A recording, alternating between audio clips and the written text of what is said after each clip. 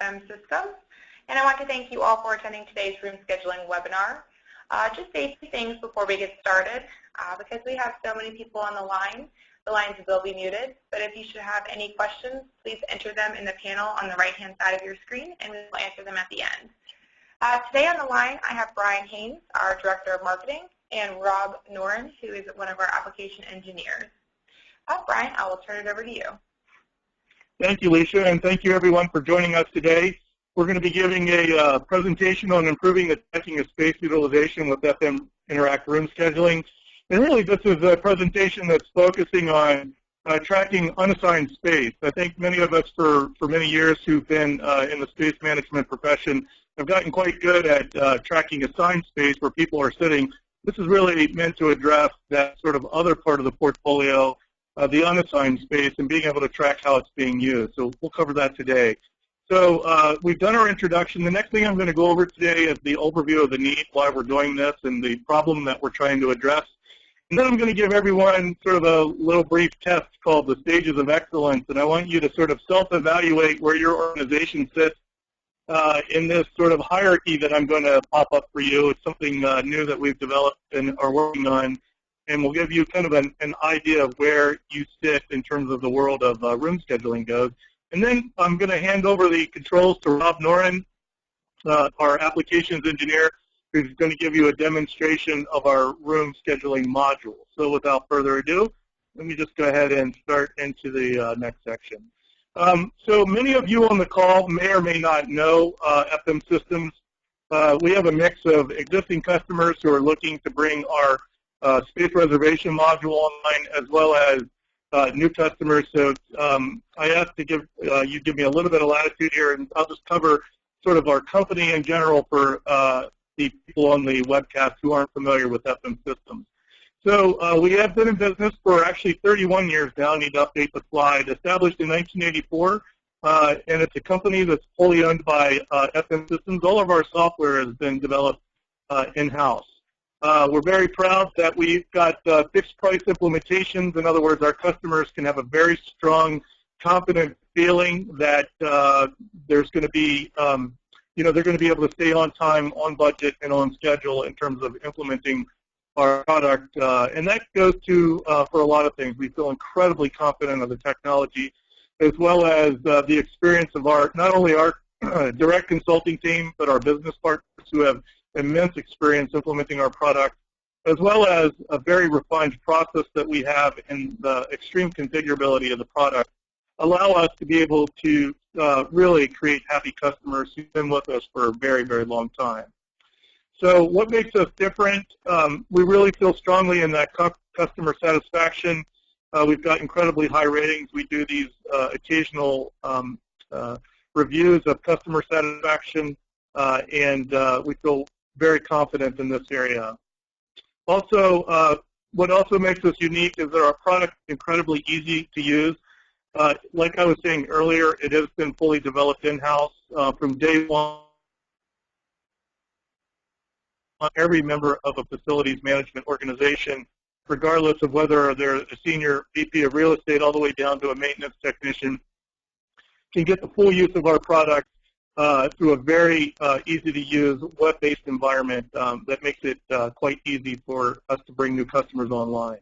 It is a modular suite of products where you can start small with just our space and asset management capabilities for maybe just a couple of your facilities and rapidly grow to handling your entire portfolio. And it's highly configurable. We don't have a single customer who uses the product in the same way. We do build best practices into the out-of-the-box configuration, but then it's highly configurable, and we can train you to do the configurability as well. You don't need to be a software developer. You don't need to have special skills. We can train just about anybody to do the basic configuration. And we do seamlessly integrate with a number of products ranging from ERP and HR, human resources, accounts payable systems, all the way down to our CAD and BIM platforms like AutoCAD and Revit. And it's scalable and flexible, and that really goes back to bringing on our basic modules and adding modules as you'd like. The other thing that makes us different from other vendors in this space is that we do make our configurations, which are saved to the database, makes it highly configurable and easily configurable. and you don't have to bring on someone who does customization through software source code. That really makes it easy to upgrade because all of the changes are in the database. As you move from one version to the next, you're guaranteed to be able to move. Whereas if you've used software before that's been customized, it's incredibly difficult to get from one version to another because you have to customize your customizations to bring them into the new environments. We can also teach you to make these configurations ongoing. You won't have to hire expensive DBA resources to be able to do that. I'm just going to pop up this customer number of industries where we have lots and lots of customers. FM Systems currently has several hundred customers using our product on a daily basis. Real estate portfolios, either regional, maybe campus size, or global. Many of these customers that you're looking at here have global real estate portfolios that they're using in our products. What we're going to be talking about today is space reservations. Our space reservations capability, and more specifically our room scheduling capability, is one of the modules that's part of the FM Interact Integrated Workplace Management product suite.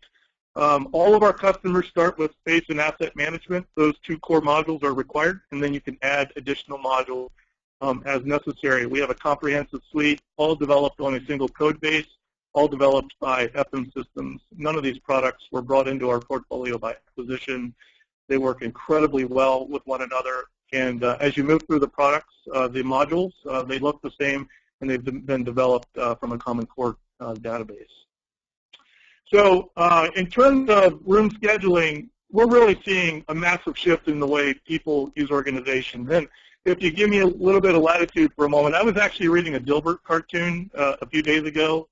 And for those of you who are familiar with Dilbert, Dilbert was really sort of a snapshot of an entire era within sort of corporate real estate across, I would say, globally. But really, I think most of the jokes in Dilbert are applicable to sort of cubicle farm type organizations from the 80s and 90s, and most of you on the call may or may not know what that is. But I was thinking, as new people come into the workplace, my son is in college right now, and what will he expect when he comes into the work environment? I think he's going to expect to work in a massive cubicle farm that's reflected in those Dilbert cartoons. As a matter of fact, if he reads those, he may not even understand.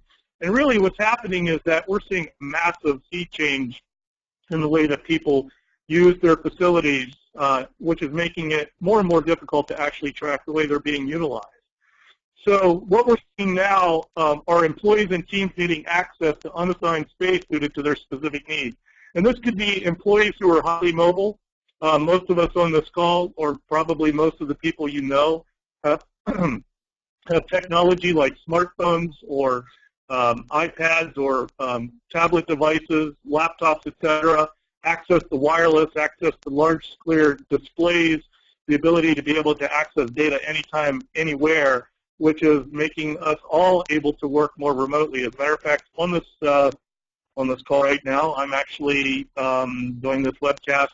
I'm on the road at a conference in Las Vegas, the Autodesk One Team Conference, and I'm able to completely bring my work with me and work anytime, anywhere. And that's what we're seeing across all of our customer organizations, this high degree of flexibility in the way people are using space. So this is meaning people are spending less time in their assigned offices and more time collaborating, using conference room space or maybe swing space within their organizations, neighborhoods brought together in zones so that people work on projects for short periods of time, and then they may break up and move to other projects. And requiring different types of unassigned space on an as-needed basis. So maybe I need a conference room space that's in a traditional conference room, sort of around the conference table type of environment. But I might need something that's a classroom space and want that conference room to be set up like a classroom. I may need to have a telephone in that room so that I can do a conference call, or I may need a projector because I'm bringing multiple people in. But keeping in mind that not every space is the same and our needs differ based upon the space that we need for any given point in time. This is really creating some challenges for the facilities team as we start to look at how we're using our space. Are we being efficient or not efficient? I also believe this is bringing opportunities for facilities teams because it really is enabling us to help the employees within our organizations that as facilities professionals we serve by providing them with highly dynamic space that meets their exact needs, space that allows them to collaborate on short-term notice in space that's effective to them, and space that allows them to be mobile so they can do their work more effectively. So I told you earlier we were going to do something called Stages of Excellence, and this is really focused on room scheduling specifically. And I want you to read this and honestly tell us, or tell yourself, you don't have to raise your hand, but tell us where you think you rank. And really, stage 0 is what I call the wild, wild west. And I've actually been involved with organizations that handle their meeting space this way. And that is, people just basically can grab a conference room anytime they need it. They don't request it. They just grab it if it's available. Often people will squat on space, but we have no clue when, where, or if people are using our conference room space. And, this leads to a lot of problems, obviously. People who can't find a conference room when they need it. People who are using conference rooms, conference rooms that seat 20 people and they're using it for a single telephone call because they couldn't find a space to have a private call. Really, we consider that stage 0. That means you're not really scheduling your meeting space in any sort of way. And then the most basic sense of, I'd say, stage 1, this is really where you are beginning to schedule your space, and that would be using basic calendaring scheduling.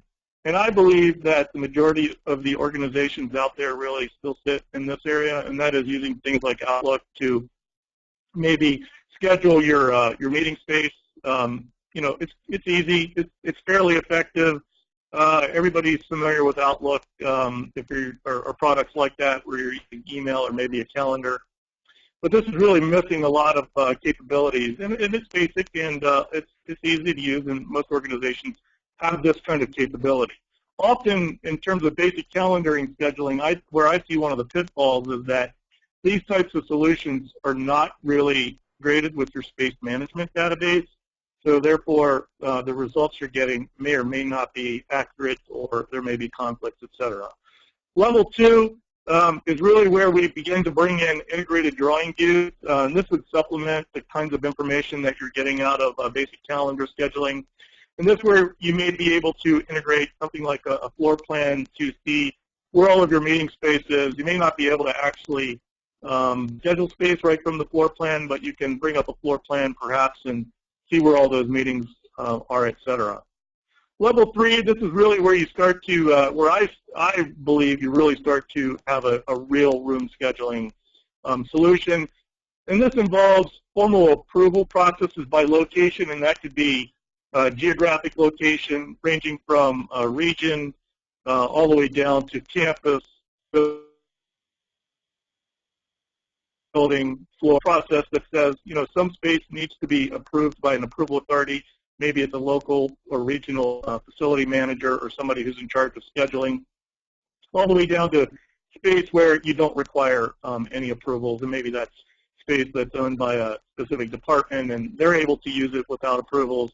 But if someone else tries to use that space, they're required to go through a formal approval process. And this is really, I really think this is the linchpin of the process which allows you to actually start to get a handle on how you're really utilizing your space, because it's the enabler for determining when and where people are able to reserve by implementing a formal approval process.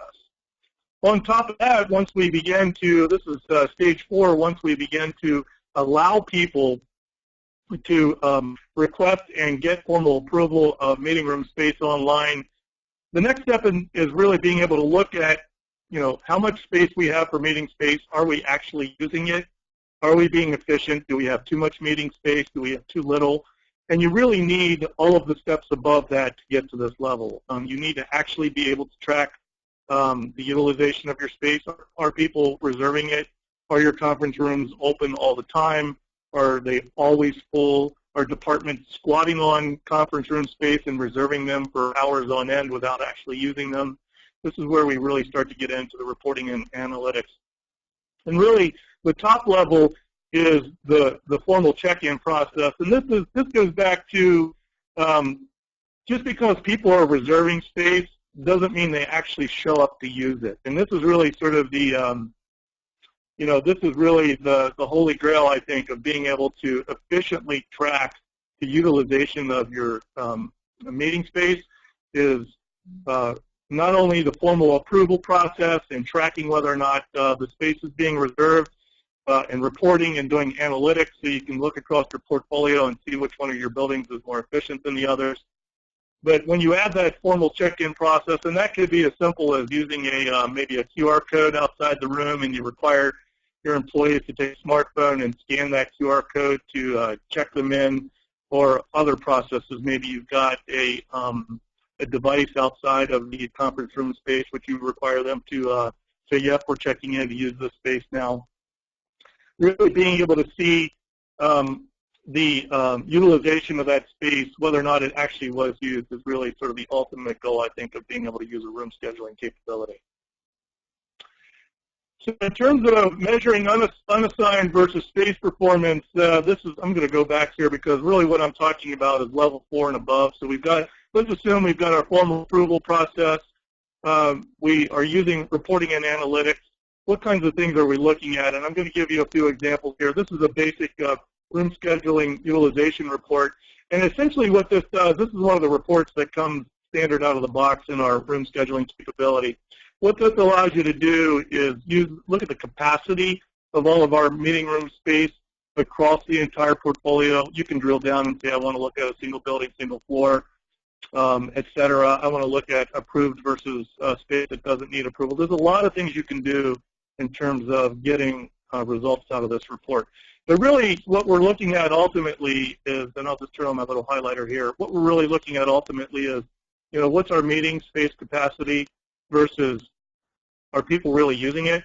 And as you can see, this is sample data, and it doesn't look like I'm using my meeting room space very effectively, but in most organizations, even medium-sized organizations such as our own software company, you can be pretty much assured that our meeting room space and your meeting room space is probably utilized almost all the time. So this type of reporting placed upon that database is going to enable you to be able to see this. And then we've got additional capabilities such as, it's not just about running an individual report, but having people within your organizations, it could be department heads or people who are facility managers or people who are in charge of the doing approval process, allowing them to be able to get a heads-up display with a dashboard so you can see, what my capacity is across my organization and which one of my facilities are underperforming. Do I have excess capacity in one office and I'm completely overutilized in another office? By being able to have these heads-up displays, we're able to put performance metrics on top of your entire physical space inventory. In particular, in this area, we're looking at unassigned space, and that would be anything ranging from hoteling to meeting room space. Being able to provide these reports on top of all of that information and measure your performance, I really think should be the ultimate goal of anyone who's actually implementing one of these solutions, and it's something that we can touch upon. So without further ado, what I'm going to do now is I'm going to turn over the presentation to Rob Noren, our application engineer, who's going to be giving you a demonstration of the product. So Rob, I'm going to turn it over to you. Great, thank you. Great.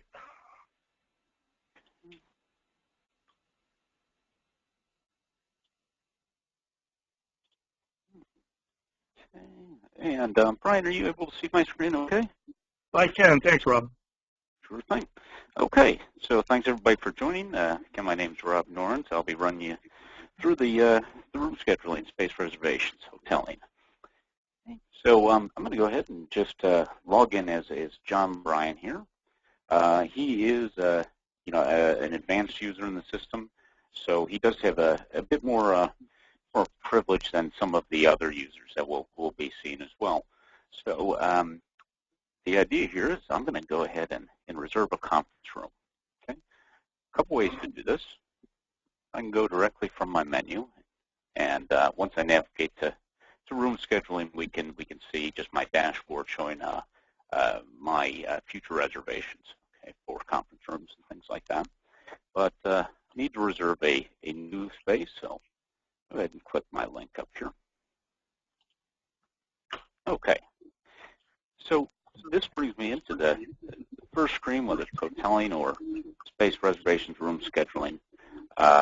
First thing we notice is it defaults to just about now. It's an hour length. Those are both configurable settings, so you can specify what a default length per meeting should be. Also, it knows where I'm located, what building, so it's going to default to that as well. All right. So first, I'm just going to show what rooms are available on my in my building here. Okay. So I get a list. I can see if any require approval. That could be for large event space, things like that. But I can also take a look at a floor plan. So, for instance, looking on the first floor here, I'll switch to my meeting room availability. Okay. So this gives me an overall view of the conference rooms I have on my floor. Those in red are showing that they're already booked for this time. So I can go ahead and select one this way. Okay. And notice when I do that, it will pop up with a new tab saying Room Options. Okay. That's where I can come in here and I can see what the capacity is, any included amenities, if there are any specific layouts, as well as the equipment that's already in the room. Okay. So for this, it's simple, simple meeting. I'll go ahead and save. Okay. Now, since this did not require approval, it does give me the option to send to my Outlook calendar. It does the interface nicely with Outlook, so it'll pop up in my Outlook calendar as well as or as an attachment for Outlook. It's also default approved. Right? Go ahead and say OK. And once I come back in here, I should see that in my list. All right. So that's a very simple and easy way to book a conference room. We could go a bit further, and if I jump right into my floor plan, it's going to be the same one we just saw a minute ago here. I'll check my conference rooms here. So this is going to highlight all of my conference rooms on the floor. Now I can also click on this one, and once I do that, I get the details for it below. So I can already see what equipment is included. Of course, I can drill down and see all the details I need for this, right? And you also notice that we have a Reserve Room Scheduling Space button. Now, that is simply because it's designated as a room scheduling space. If it is not, then we would not see that. Okay? But I'll go ahead and click to reserve this space.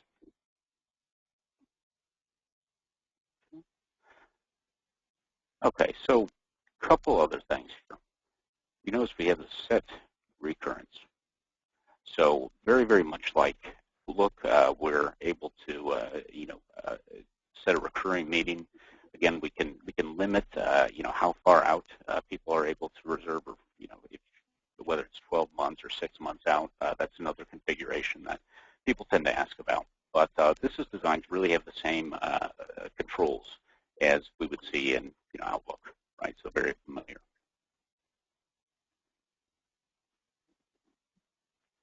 Okay. So also, now that I've selected my room from the drawing, I don't need to pick from the list, but I can take a look at my room options. This is nice because if I have several layouts, again, for maybe a large event space where we could have, say, classroom or theater style U-shape, we can associate those layouts with different spaces, right? And then, of course, we can give a preview image if we want. Just, again, very nice to be able to do that. The idea here is if somebody isn't thinking it already, yes, we could send out a notification to the facilities team if somebody requests a specific setup, letting them know ahead of time that a meeting's requiring that. So we can also request amenities. This could be, again, beverage service, catering, any of these different things. We can associate a cost with it as well. In this case, maybe I want some beverage service. Okay. We can also select requestable equipment. Okay. This could be something that is not already in the room. Maybe if I just simply type in TC, and we do actually specify what you can pick from, right? Maybe it's just a rolling screen. We'll add that as well. Okay. And I can go ahead and save here.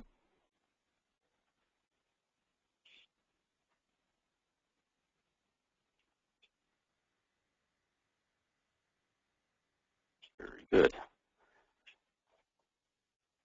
Okay, so Brian, I see a couple questions coming through here. My screen, possible if you see anything come up. Could you just let me know? Rob, it looks fine to me. There is the ability to be able to go full screen for those of you out there who may be seeing it in a smaller screen. It is a setting in GoToMeeting.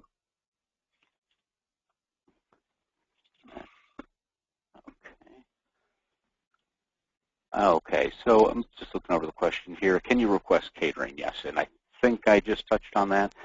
This actually comes up quite often when we say want to reserve a space. Yep, that one is booked.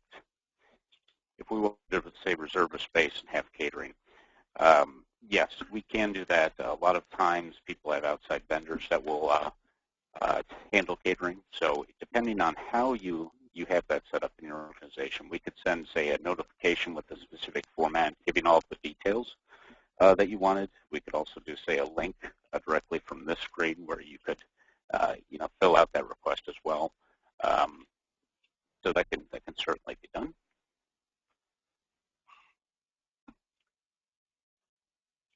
Rob, I see one of the questions here is, does this integrate with Exchange? And yep, absolutely, it integrates with Exchange. The majority of our customers have requested that.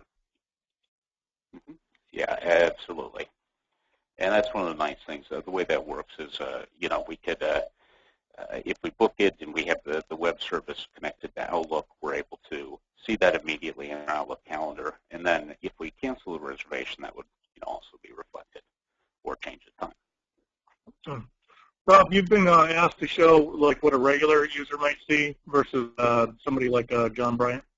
Yep, you bet. So I'm just going to switch over to a different browser here, and I'll say Laura and Christy here. So one thing to keep in mind is that you're seeing Rob log in and out, but if this is fully implemented in your organization and it's using something like your LDAP server, we would authenticate people based upon who they are on your network, and you would not be required to use a username and password. So just keep that in mind. Yeah, thanks, Brian. That's a good point. Now you notice that when Lauren Christie logs in, she gets a completely different home page here. It's very basic. She is not an advanced user. She's just your everyday employee looking to make a reservation here. Okay. So in this case, perhaps she needs to go to maybe a different building here. See if we have any on 4.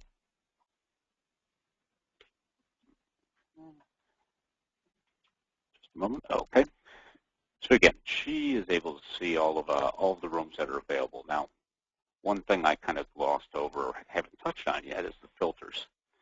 Now, if Laura needs, say, specific or has specific requirements around capacity, we could bring up this filters box, and you notice the first thing in there is only show a list of rooms that's available for the selected time.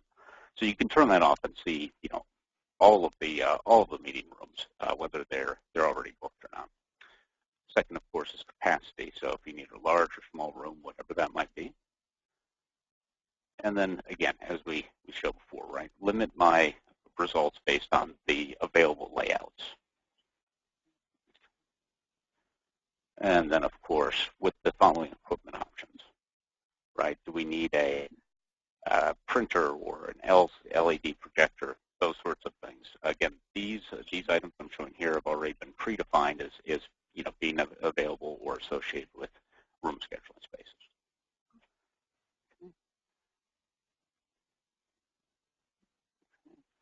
So for this, very simple, I'm just going to go ahead and click a room right from here.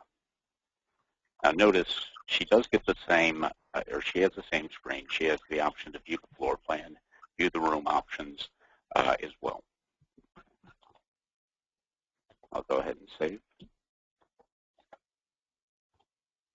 Now, since, and that's okay, yep, I still want to save.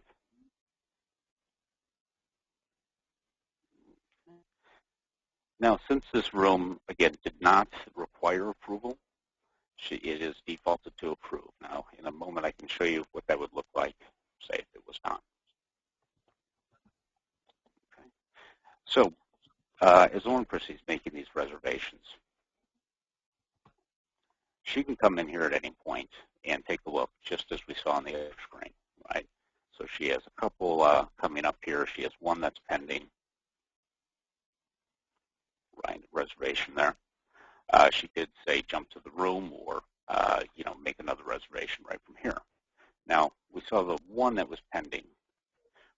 Based on your approval scope or workflow, you can designate one person to be responsible for a building or a floor. It could be the manager of the person. It could be facilities. However you decide to route those requests for approval.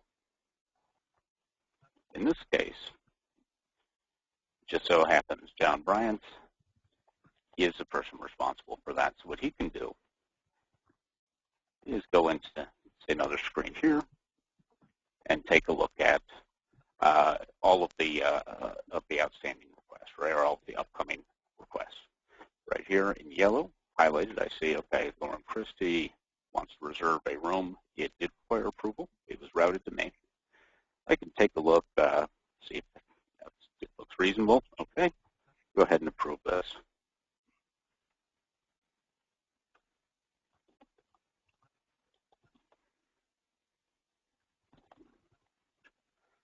Now, with any of these actions I'm taking, whether it's approving, changing, anything like that, any sort of notification can be automatically generated. So when I just approved this, Lauren Christie may have received an email saying that her request has been approved, right? It could also, again, if I make a reservation for a certain space or request equipment, that could go to the appropriate person to be able to take care of that prior to the meeting.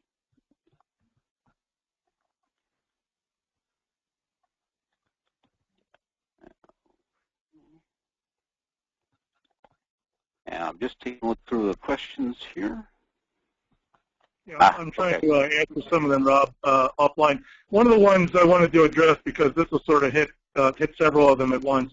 So this is part of our room or space reservation module, which was released as part of version 8.3 of our product. The first capability of that was our room hoteling.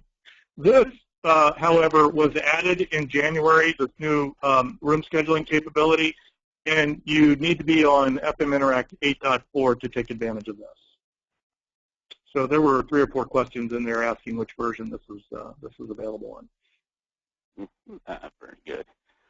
Okay, so Brian, you think it'd be a good idea to take a look at the hoteling component? Yeah, Rob, if you want to touch on that, I'll go ahead and keep answering away at the questions in the queue here. Oh, okay, great. And bring this. Okay, so hoteling. The idea behind hoteling, again, it's designed to allow for more efficient use of space. It works very, very similar to, say, room scheduling. But with the caveat, it's meant to be very, very simple and easy to use. If I switch back over to Lauren Christie here, perhaps she's traveling for a few days outside of her office and needs to reserve a place to work. So again, we can come in here as Lauren and say reserve hoteling space. Okay, so maybe in this case she's going to the Chicago field office. And what it's telling me now is your time zones don't match, so do you want to change to the appropriate time zone? Again, going back to Outlook, it could be important. I know I've made that mistake before. Okay, so in this case, let's say the week of the 16th here. All right, and this is going to be an all-day reservation. So from here, again, I can show my rooms. I can see that requires approval. There are a couple of them. Again, I can also take a look on the floor plan.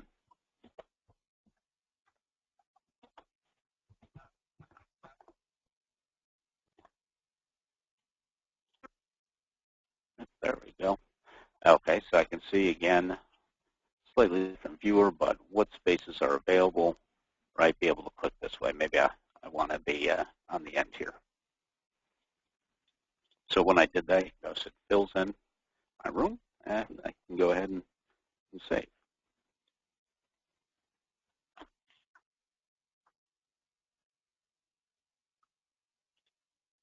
And again, it is approved, so I could send to my Outlook calendar. If it was a web service, wouldn't necessarily need to do that. But now, let's see, in my hoteling reservations, okay, a couple here, right? One is pending, one's been approved.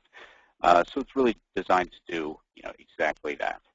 Now, I could come in here and say, maybe I need a private office for some reason or another. And this is going to be a little bit different, right? I need a private office too. That's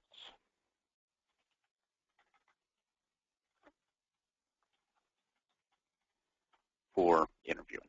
Go ahead and save. Now the difference here is going to be, and it is not approved, it's pending. It will not show up in my Outlook calendar, and I do not have the option to send to my Outlook calendar if it's not approved. Okay. So if we switch back here to John Bryant being the approver, taking a look at hoteling reservations. Oh, okay, I can see this one just came across. Okay, that's great. Any others? Again, this is designed to be very, very quick and easy to do. All right, okay, this is the one here, conducting interviews. All right, looks good to me.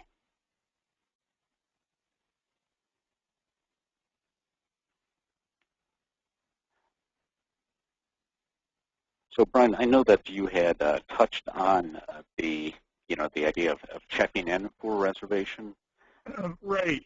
And that would be done through configuration. Every one of obviously our customers have different needs for that, but you can certainly talk about the ones you've done with QR codes, which I think is a kind of a simple and elegant way to address that. Yep, you bet. In fact, I have a quick video here I can show.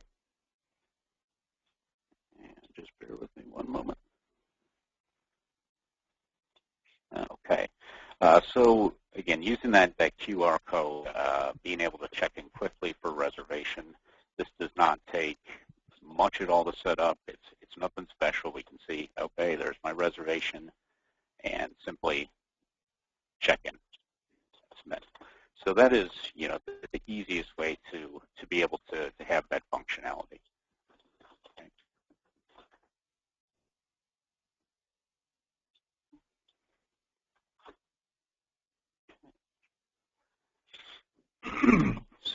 So for some of our customers who are already using, they have FM Interact 8.3 and you're using our hoteling module, if you upgrade to 8.4 or if you move to 8.4, which is the release that just came out in January, you automatically get the room scheduling capability that Rob was just showing. So if you already have hoteling, room scheduling just comes along. If you are moving to 8.4 and you've not purchased the space reservation module, you need to purchase that separately, and you get both hoteling and room scheduling as part of that module. So everything that Rob has shown today, you would get as part of bringing that module online. That's good. So what I was bringing up here is another nice function, which is the room scheduling calendar. This is also, again, available with hoteling. This allows me to, say, check on a room, be able to see for the month what reservations have been made. Right, I can go back and see. I've reserved this room quite a bit, but just a nice, easy way to view, say, all of your reservations. Right, and if I highlight, you notice I get a nice pop-up telling me details.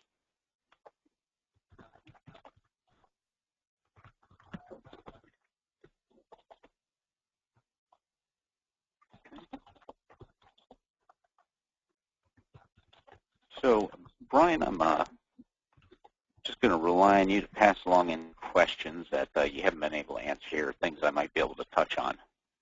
Oh, yeah, here's a good one. Can you book the room from Outlook instead of booking the room in FM Interact and adding to Outlook?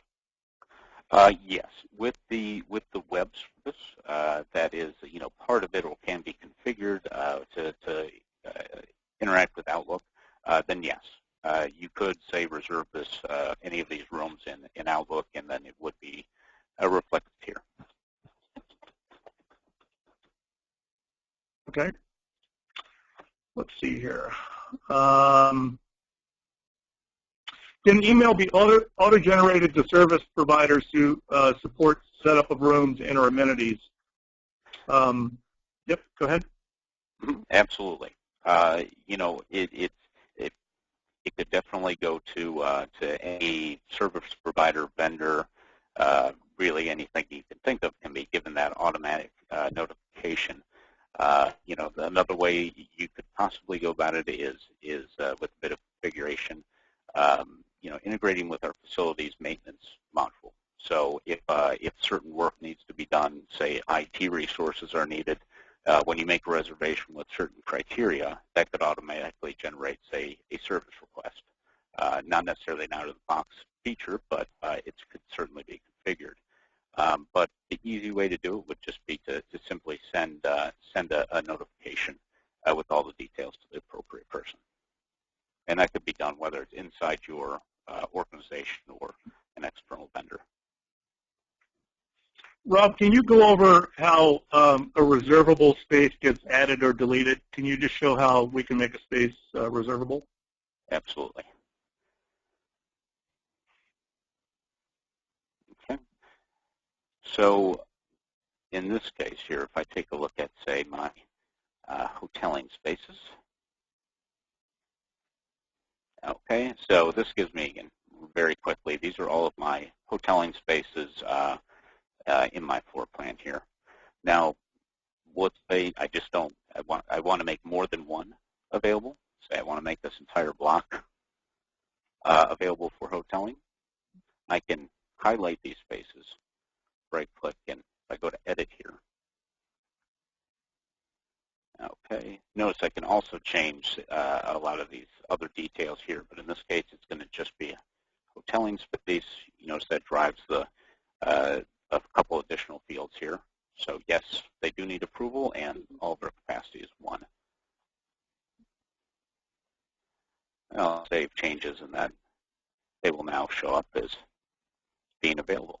Right? They're actually red because it requires approval. That's the color-coded on this specific view here. And similarly, if I take a look at a conference room, this one happens to be a room scheduling space, but maybe in this case, I want to just do 1, and all I have to do is uncheck this box. Now notice we still have the button. As soon as I save this here, my button is removed, and it is no longer going to be showing as a meeting room that's available for room scheduling. Yeah, that's fantastic, Rob, and I think you get to see a lot of things there. One is the immense configurability of FM Interact in general, and in particular this module. Everything that you've been showing here is easily configurable. We can train you to do all of this configuration yourself, and all of the things that Rob has been doing. He's just logged in as an administrator. He's not doing anything special here. He's just using our multi-edit feature. I also saw another thing that popped up there on the multi-edit, and that was the ability to be able to assign all of those to a specific neighborhood or zone. That's a capability available there as well, which is, when we talk about sort of extreme use of space, the ability to be able to add people to neighborhoods instead of assigned seating, that's all available through there as well. So in this example, he's got several occupancy zones that we can split it up with. That's correct. Really, just super highly configurable. It's really great that way. Mm-hmm. Absolutely. So here's one. You mentioned that it's compatible with AutoCAD.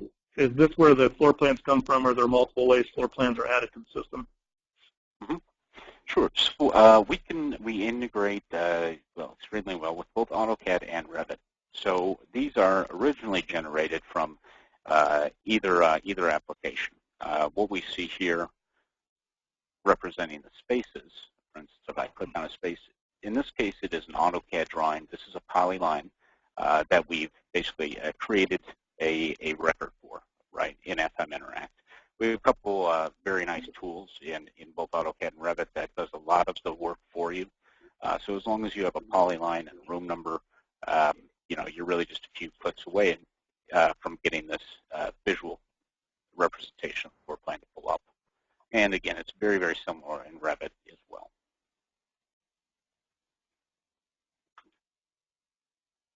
Rob, here's a good one. When searching for a meeting room, can there be more data fields added, such as if I have 30 people and need a whiteboard and projector? Could the system be configured to show only the spaces that fit your specific criteria?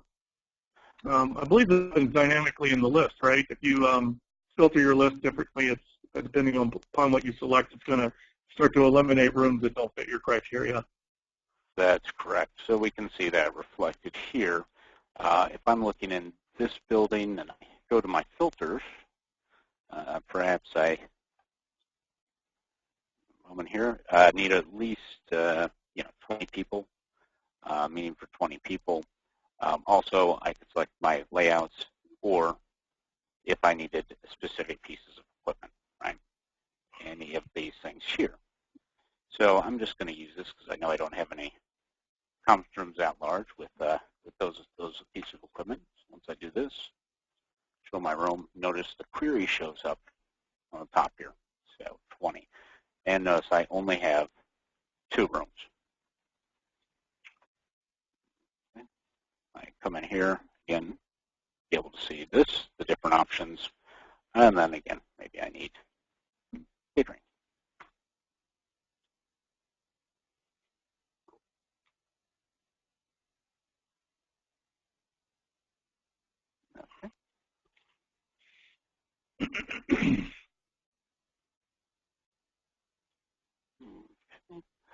Now, one thing I did not touch on. Now, this is, again, we have these saved queries. This is only showing today in the next 30 days. That's, again, a default setting. I could say preset it to another, right? But one thing I think that's great is, say I just search for my name here. Notice this will, just through the global find or the search feature, it also returns all of my hoteling and space reservations. Okay, so these are all the ones I've been making just now. I could show more, right, and see all of these as well. So quickly being able to say, okay, well, this person, I know they have a meeting. Where is that? Being able to jump there very quickly, click through, and then see exactly where that room is located.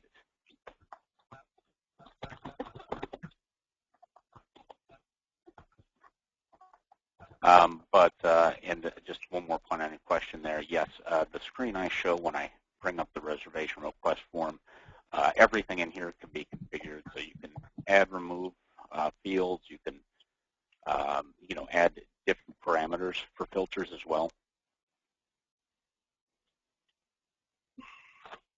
Right. So all of these things very easy to configure right through the application. Again, you don't need to know software or have a lot of experience to be able to make those changes.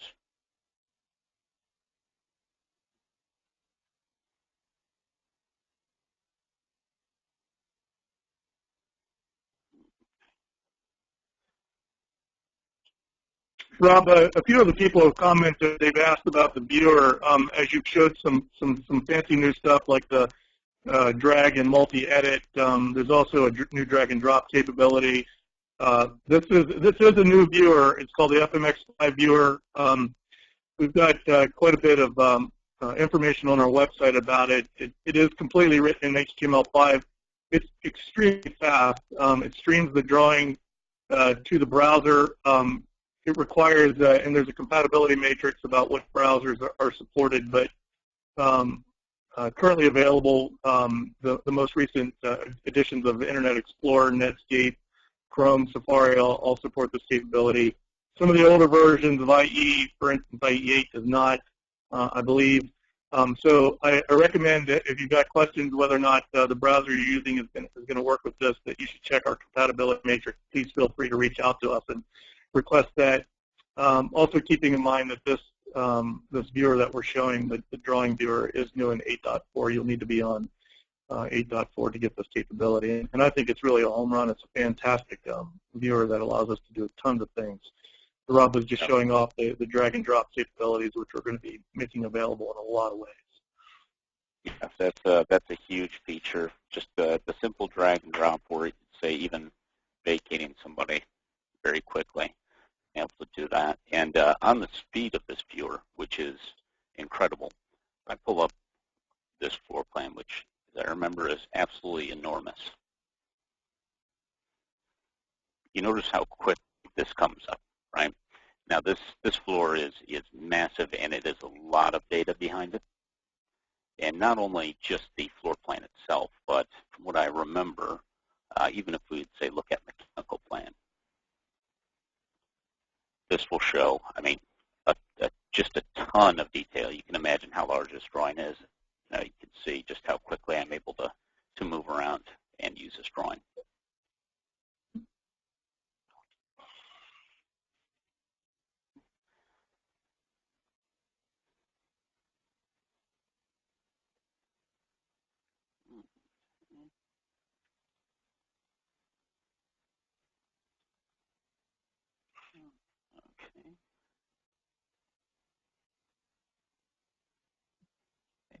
That's fantastic, Rob. Great, great. Do we have any other questions, or Brian, anything I skipped over? We've answered most things. There's a few questions on here about pricing, et cetera. We will reach out to you directly after the call. If we've not answered your question, we got a lot of questions on this one, which I always love. We'll be reaching out to you directly. What we did in our last webcast, which we did earlier this week, is we had so many questions like this that we quickly produced an FAQ that we sent out with questions. If you've got something that's maybe a little bit more applicable directly to your own implementation of FM Interact, we'll reach out to you directly. But this has been fantastic, Rob. So I think you're showing one other thing, and that is the ability to be able to switch between facilities and floor on the new plan. Which right. I love. Yeah. Yep. You never even need the drawing viewer. It's great. Yeah, and I can't get enough of this viewer. It's made my life certainly easier, but it is also in mobile. So these same sorts of the same performance. I thought was worth mentioning.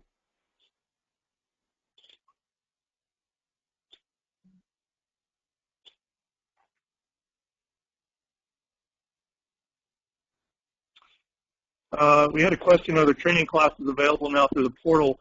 I'm going to have Alicia reach out to you directly on that. This is offered at our user conference this year, and I'm certain there's a training class available through distance learning. I'm not sure what the schedule of that is, so we'll reach out to you directly on that. Rob, I believe that's it. No further questions coming in. We're running to the end of our time.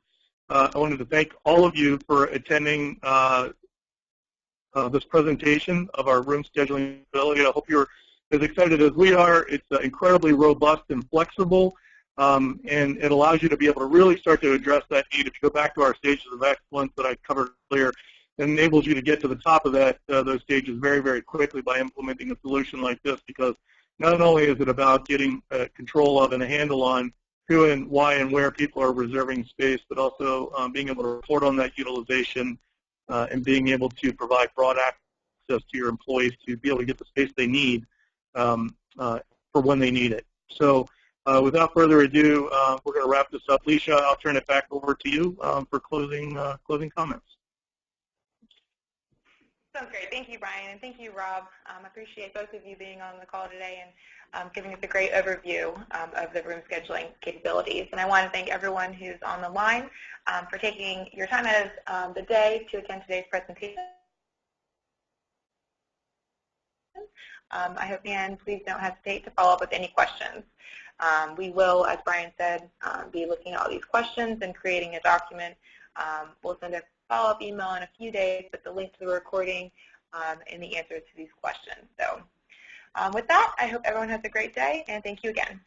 Thank you very much.